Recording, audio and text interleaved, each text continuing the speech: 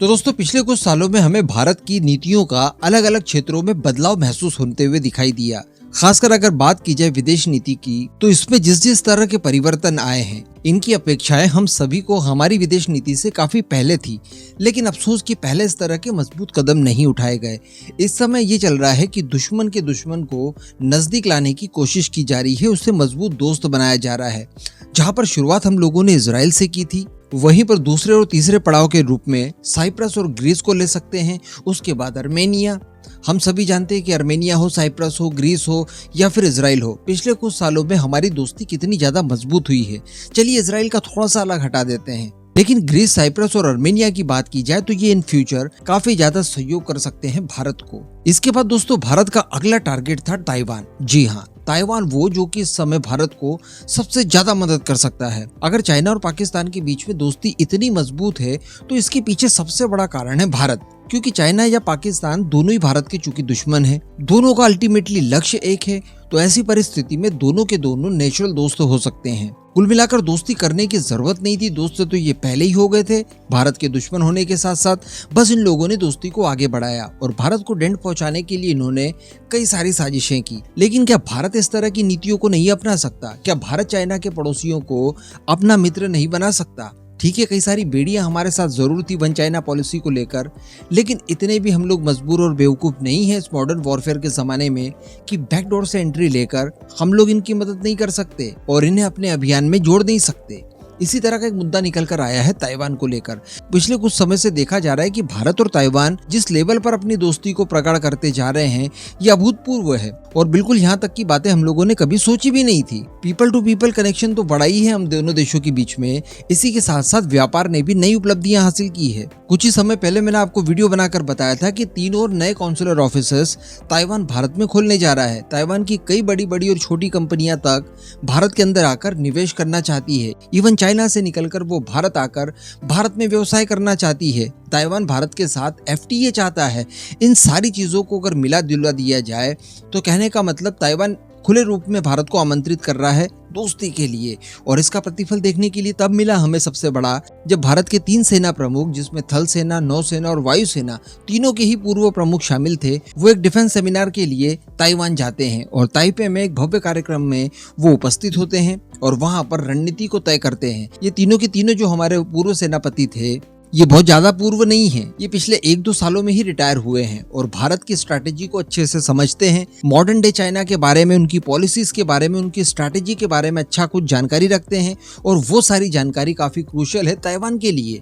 अगर वो अपना सारा एक्सपीरियंस, सारा छोड़ दीजिए, उसमें से कुछ % भी अगर ताइवान को दे देते हैं तो यकीन मानिए कि ताइवान के लिए ये किसी संजीवनी बूटी से कम नहीं होगा। और चाइना इसका महत्व समझ रहा है। तभी देखा हम लोगों ने कि चाइना ने ग्लोबल टाइम के जरिए भारत और ताइवान को इस मुद्दे पर घेरने की कोशिश की। लेकिन अब इससे भी बड़ी बात निकल कर आ रही है। जब भी ताइवान भारत से रिलेटेड मैं कोई भी वीडियो बनाता हूं तो उस समय आप लोगों की एक डिमांड जरूर आती है, या आप लोगों के मन का भाव कमेंट बॉक्स में दिखाई देता है, यार हम लोग ताइवान को वेपन्स क्यों नहीं सप्लाई कर देते? अगर भारत और ताइवान के वेपन्स में सिमिलरिटीज होंगी तो ये चाइना को काउंटर करने के लिए एक बहुत ही अच्छा ऑप्शन माना जाएगा। डेफिनेटली ताइवान भी काफी कैपेबल है, भारत भी कैपेबल है, दोनों अगर साझगांठ कर लेते हैं तो अच्छे अच्छे वेपन्स बनाए जा सकते हैं। तो दोस्तों इसी बात को लेकर एक बहुत बड़ी खबर निकल कर आई है। दरअसल ताइवान अपनी खुद की सबमरीन बनाने के लिए पिछले 6 सालों से प्रयास कर रहा था और फाइनली कुछ ही दिन पहले की बात है जब ताइवान ने अपनी नई सबमरीन का अनावरण भी किया।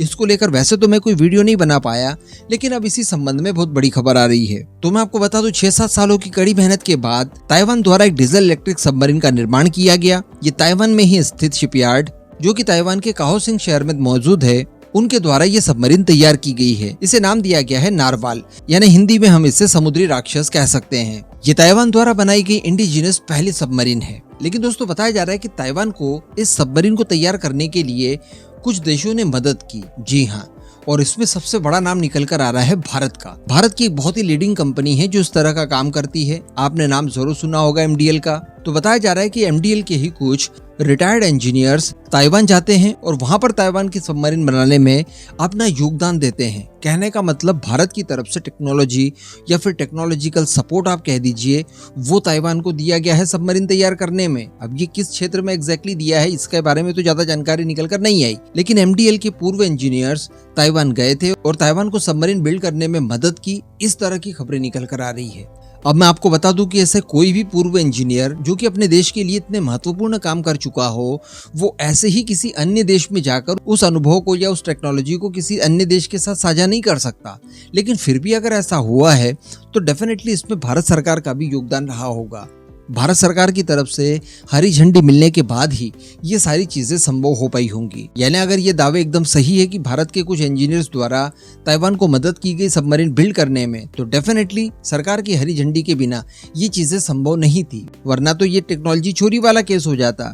तो अल्टीमेटली भारत सरकार भी अब इस समय ताइवान को मदद कर रही है और ये बहुत ही अच्छी शुरुआत है। अगर भारत और ताइवान मिलकर इसी तरह से कुछ प्रोजेक्ट के ऊपर काम करते हैं तो डेफिनेटली इसमें दोनों देशों का म्यूचुअल फायदा है और चाइना को ये बहुत बड़ा डेंट दे सकते हैं। इस तरह के कई और सारे काम है जहां पर भारत ताइवान को मदद कर सकता है, जैसे कि बैलिस्टिक मिसाइल्स के निर्माण के लिए, ड्रोन सिस्टम के क्षेत्र में काम कर सकते हैं दोनों देश मिलकर। इसके साथ साथ क्रूज मिसाइल को लेकर भी काम किया जा सकता है। तो कहने का मतलब खबर काफी बड़ी है और चाइना के लिए तो ये कितनी ज्यादा खतरनाक हो सकती है आप समझ ही सकते हैं। वैसे प्लीज कमेंट बॉक्स में ये मत लिखिएगा कि हमें ब्रह्मोस दे देनी चाहिए।